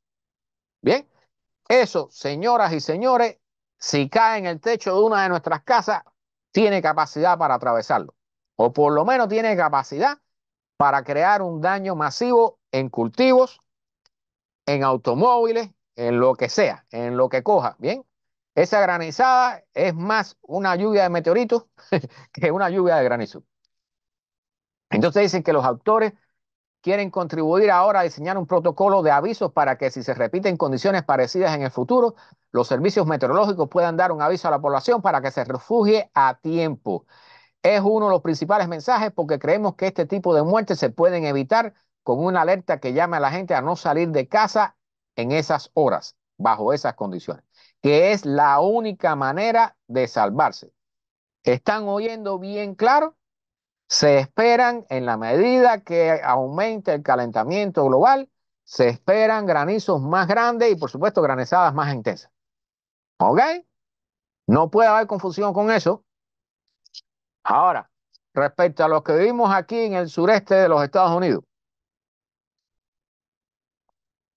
lo que se espera para el 2024 de huracanes, este es un video muy bueno, aquí explica muy bien todo. Vamos a esperar que el video se y quitarle el sonido. Bien, ellos están diciendo de 20 a 16 tormentas, bien, con nombre, de 8 a 10 huracanes y de 3 a 5 huracanes de mayor intensidad. Hay algunos meteorólogos que están dando hasta 30 tormentas con nombre, ¿ok? O sea, no está bien claro, no está bien claro lo que vamos a tener, pero lo que sí está claro es que va a ser una temporada sumamente activa, bien, porque hay muchísimo calor en el mar y la niña está entrando. Ahora, esto es el 2023. Bien, todas estas tormentas que muchos de nosotros, o sea, estas bajas presiones que nosotros no nos dimos cuenta, vamos a poner eso y vamos a ponerle pausa porque me interesa mostrárselo, ese gráfico y explicarle qué es lo que están diciendo allí. Bien, el último que tuvimos en el 2023 pasó por aquí, esta baja pasó por encima de Miami. Bien, estas bajas, bajo las condiciones actuales de calor que hay en el Golfo de México, pudieran transformarse en ciclones y en huracanes. ¿Ok? Entonces, ¿cuáles son los pronósticos? Dicen que las áreas que más pudieran ser golpeadas aquí en el sur, particularmente en el sur de los Estados Unidos, sureste, Golfo de México, costa del Golfo de México, costa sureste y suroeste de la Florida, porque están diciendo que los huracanes pueden entrarnos aquí en el sur de la Florida, particularmente, tanto desde el este como desde el oeste. Bien, ojo, no se pierdan eso. Cuando van a una escala mayor en el mapa, bien, aquí tienen, va a incluir las Carolinas, ahí también van a golpear huracanes y se expande toda la zona de la costa oeste de la Florida, también está bajo posibilidades de ser impactada por estos huracanes este año. ¿No es? O sea, yo vi una simulación de lo que pudiera ser la temporada ciclónica de huracanes este año y no la pongo porque realmente da miedo. Da miedo ver las cosas que se ponen ahí. Bien, entonces me queda un par de noticias aquí. Esto es un video de cómo ha ido calentándose la atmósfera terrestre desde 1850 hasta el 2023. ¿Ok? Le voy a dar play y se los voy a poner porque yo sé que hay muchas personas que niegan esto. ¿Ok? Estos son mediciones. Las zonas que se ven grises son zonas donde en esa época todavía no había mediciones de temperatura, 1800 y pico. Pero como ven, cada vez podemos medir más zonas de la superficie terrestre, pero ahí pueden ver cómo la temperatura, todavía estamos en 1896, ¿ok? Allí nosotros ya estábamos en plena revolución industrial, comenzando a emitir gases de efecto invernadero a borbotones y comenzando a calentar la atmósfera. Van a ver cómo el puntico rojo comienza a subir. ¿Sí? Estos son mediciones científicas, estos son datos reales, esto no es una simulación. ¿Bien?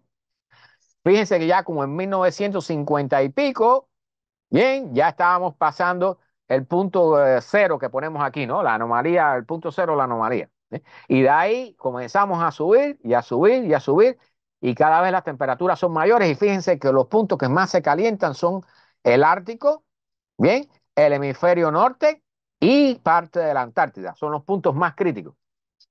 ¿Ven? Aquí lo ponen más lento. Miren, miren, ya estamos a 1 grado allí. Recuerden que en el 2023 terminamos con ¿cuánto? 1,45 grados. ¿Bien? Y recuerden que hay puntos que se están calentando mucho más rápido, como Europa, por ejemplo, ¿verdad? Y la China está cogiendo tremendos golpes, la India, Australia. Bien, ahí llegó hasta el 2020. Correcto. Vamos a terminar entonces con este. Este es un estudio que acaba de publicar el señor James Hansen. James Hansen es un científico que trabajaba para la NASA. ¿Bien? Se dice que es el científico que mayor conocimiento y es uno de los, si no es uno de los más, es el más respetado con respecto al tema climático, a los análisis climáticos. Y él está diciendo y ha publicado constantes estudios con demostraciones basadas en hechos científicos que el calentamiento global se está acelerando. Bien, entonces aquí hay algunos gráficos que solamente voy a mostrar los gráficos de las temperaturas. Miren aquí, ¿recuerdan lo que hablábamos? A ver si, no sé si puedo aumentarle un poquito para que lo vean mejor el mapa. Bien, aquí está un poquitico más grande. ¿Recuerdan lo que hablábamos sobre los barcos mercantes? O sea, el cambio en los combustibles usados por los barcos mercantes nos ayuda a evitar contaminación atmosférica, pero está ayudando a que entre mayor cantidad de calor desde el sol, de energía desde el sol. ¿Ok? Está aumentando el calentamiento. Estas zonas rojas aquí, ¿ok? Es el sulfuro que se medía en la atmósfera procedente de los barcos mercantes. ¿Ok? Aquí están todas las líneas mercantes que están en su mayoría en el hemisferio norte. ¿Ok? Allí, cuando estos barcos cambiaron de combustible, entonces, y este gráfico se los voy a explicar, y para aquellos que escuchan esto en podcast va a ser un poco difícil, pero van a ver cómo, déjenme ver cómo se lo hago. Este gráfico va desde el año 2000 hasta el 2024, ¿ok? 2023.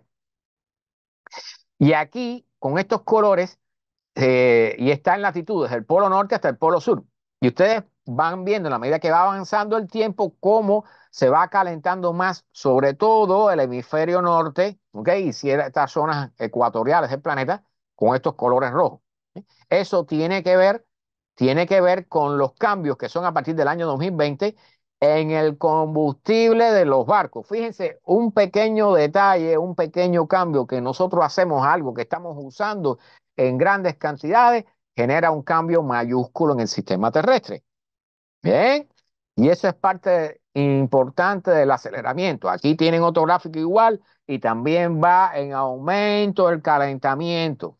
Bien, hacia, en la medida que pasa el tiempo hasta el 2024, que ahora estamos aquí, con, con tremenda acumulación de calor en el planeta. Bien, todo esto son diferentes cálculos, pero todos llevan a lo mismo, ¿no? Al calentamiento a lo largo de los años de 1990 hasta el 2023, un aumento del calentamiento de la superficie del planeta, de la atmósfera. Ahora, estos dos gráficos son sumamente importantes, ¿ok? Lo que muestran es la cantidad de energía absorbida, la energía que proviene del Sol, la cantidad de energía que el planeta absorbe. ¿Ok? Fíjense aquí, desde el 2000 hasta el 2015 aproximadamente, 2014, estábamos más o menos en la línea que aquí se toma como cero, ¿ok? Pero a partir del 2015, la cantidad de energía que se absorbe desde el Sol y que se queda aquí en la Tierra, en lugar de rebotar hacia la atmósfera, se queda más energía aquí, ¿ok? Y ya en el 2020, ven cómo ha aumentado, esto va en escalones, va en aumento. Y eso es una de las explicaciones de por qué el aumento del calentamiento global. ¿Qué es lo que sucede con este tema y que le preocupa tanto a este científico? Que el IPCC, el Panel Intergubernamental del Cambio Climático, no está tomando en cuenta estos factores para los modelos que está generando y que son usados cuando les da la gana por los políticos. ¿Ok? O sea, los documentos que le dicen a los políticos cuáles son las temperaturas que se esperan y cuáles son las condiciones climáticas para el futuro y cuáles son las medidas que debieran tomarse para evitar un calentamiento por encima de los acuerdos de París, por ejemplo, ¿ok? No incluyen este factor de calentamiento. ¿Qué quiere decir eso? Que no, aunque quisiéramos, porque no estamos actuando de todas formas, pero aunque quisiéramos, no lo estamos haciendo, ni lo vamos a hacer como debiéramos. ¿Ok? Entonces aquí está el último gráfico que quiero mostrarle. Aquí él demuestra con este gráfico, estos son los periodos del niño y la niña, ¿ok? Que el niño de este año, el niño que ha habido, no ha sido tan intenso y a pesar de eso las temperaturas del planeta están más calientes que nunca. ¿Ok? Aquí él lo justifica, pero lo importante es este gráfico final que quiero mostrarle. ¿Sí? Este es el calentamiento, la anomalía de temperatura en la atmósfera terrestre, cómo ha ido subiendo a lo largo de los años desde 1950 y se hace una extensión. Déjeme tomar un poquito de agua. Se hace una extensión hasta el 2050. ¿Bien? ¿Cuál es el pronóstico que él está dando? La línea verde que nos llevaría hasta 1,6 grados en el 2050 es si el calentamiento fuera de característica lineal, lineal. Lo que está diciendo James Hansen, este científico, es que en realidad a partir de cierto momento después del 2010 este calentamiento no obedece a una ley lineal, sino que va prácticamente a un nivel exponencial. ¿Ok? Y él está vaticinando para el 2050, vamos a decir 2030, entre 1,5 y 1,6, 1,7 grados de calentamiento, pero para el 2050, en lugar del 1,6 que daría la ley lineal, bueno, daría entre 2 y 2,4 grados Celsius para el 2050. Muchos de nosotros vamos a estar vivos para esa época. Si con el calentamiento actual, que está en el rango del 1,45, bien, están cayendo los granizos que caen. Tenemos las sequías que nos están sucediendo. Tenemos las inundaciones que están pasando. Recuerden que por cada grado Celsius que se calienta la atmósfera, puede guardar 7% más de vapor de agua. Por eso es que las lluvias son tan fuertes, ¿bien? Y las inundaciones son tan masivas. Entonces, todos los desastres que estamos teniendo tan graves son solo con un calentamiento a nivel global de 1,45. Imagínense para un calentamiento de entre 2 y 2,4 grados, ¿bien? Va a ser un mundo terrible. ¿Ok? No por gusto, el secretario nacional de las Naciones Unidas usa la palabra sufrimiento para los años que vienen para la humanidad. Bien, entonces yo voy a dejarlo aquí. Este era el final de la charla. Este gráfico es sumamente importante. Aquí pueden tener una idea de lo que está diciendo el científico más importante en el tema climático en el planeta. ¿Ok? Hay científicos que están negando lo que él dice y hay otros que lo están apoyando, pero tiene eh, razón basada en hechos. O sea, los gráficos que él saca, las conclusiones que él saca, están basados en los hechos que hemos tenido, particularmente en estos 2 últimos años. ¿Eh? Y vamos este año por este mismo camino que él está diciendo.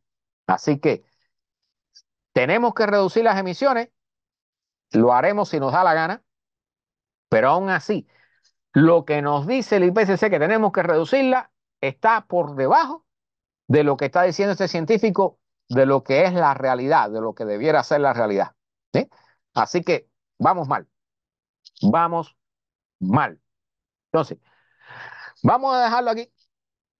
Importante, pienso que de la charla hoy, lo más importante, el estudio de los granizos. Yo he estado pensando en ver cómo protejo mi automóvil si existe una granizada de ese tipo.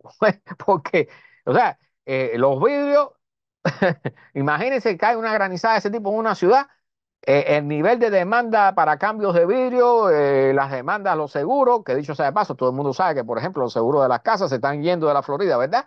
Eso es un mal síntoma, señoras y señores. En California está sucediendo lo mismo, las compañías están dejando de funcionar, están abandonando los negocios, están dejando de asegurar a la gente. Bien, esos son síntomas de lo que viene para que aquel que está ciego empiece a mirar alrededor y vea los síntomas actuando. Bien, Pozo me está pidiendo que ponga el gráfico. Voy a ponerlo en lo que voy despidiendo, porque realmente da miedo ver eso. O sea, un mundo, esta línea aquí en el medio, bueno, no creo que ustedes no la ven, perfecto. Un mundo futuro para el 2050 donde muchos de nosotros vamos a estar vivos todavía, vamos a estar viendo si esto se cumple o no. Pero por el camino que vamos, señoras y señores, es muy probable que esto se cumpla. Pozo, yo voy a poner, esto es un PDF, yo te voy a enviar el PDF. ¿Ok? Pozo es un astrónomo, él sabe muy bien todo lo que se está diciendo aquí.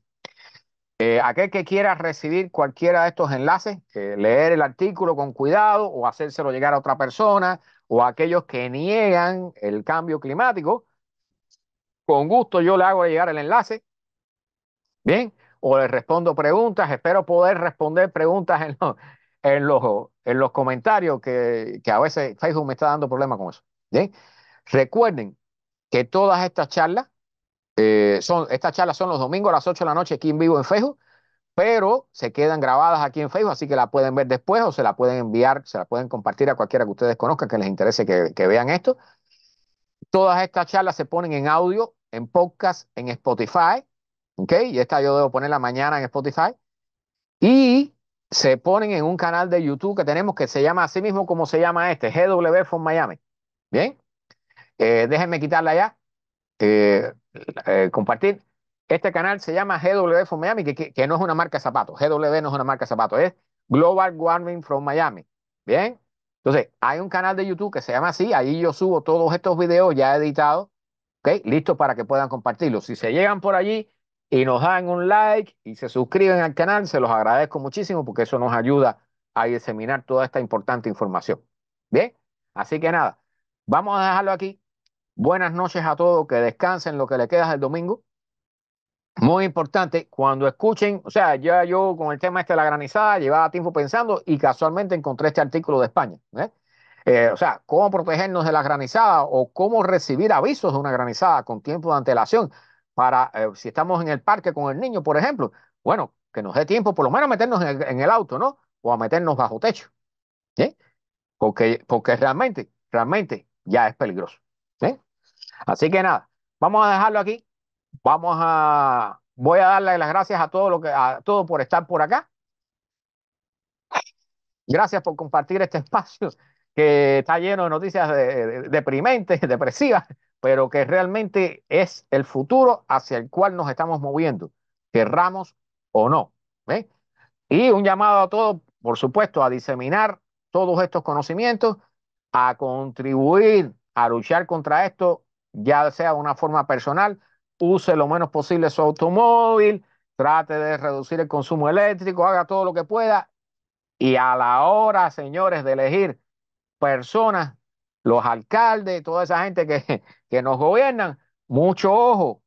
Aquel que niega esto no está a favor de la vida de tus hijos, no está a favor de un mundo mejor para tus hijos y tus nietos y para ti mismo, porque ya estamos sufriendo las consecuencias. Bien, vamos a dejarlo aquí.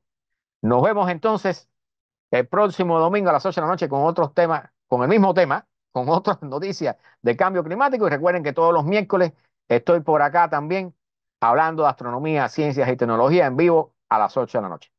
Chao a todos.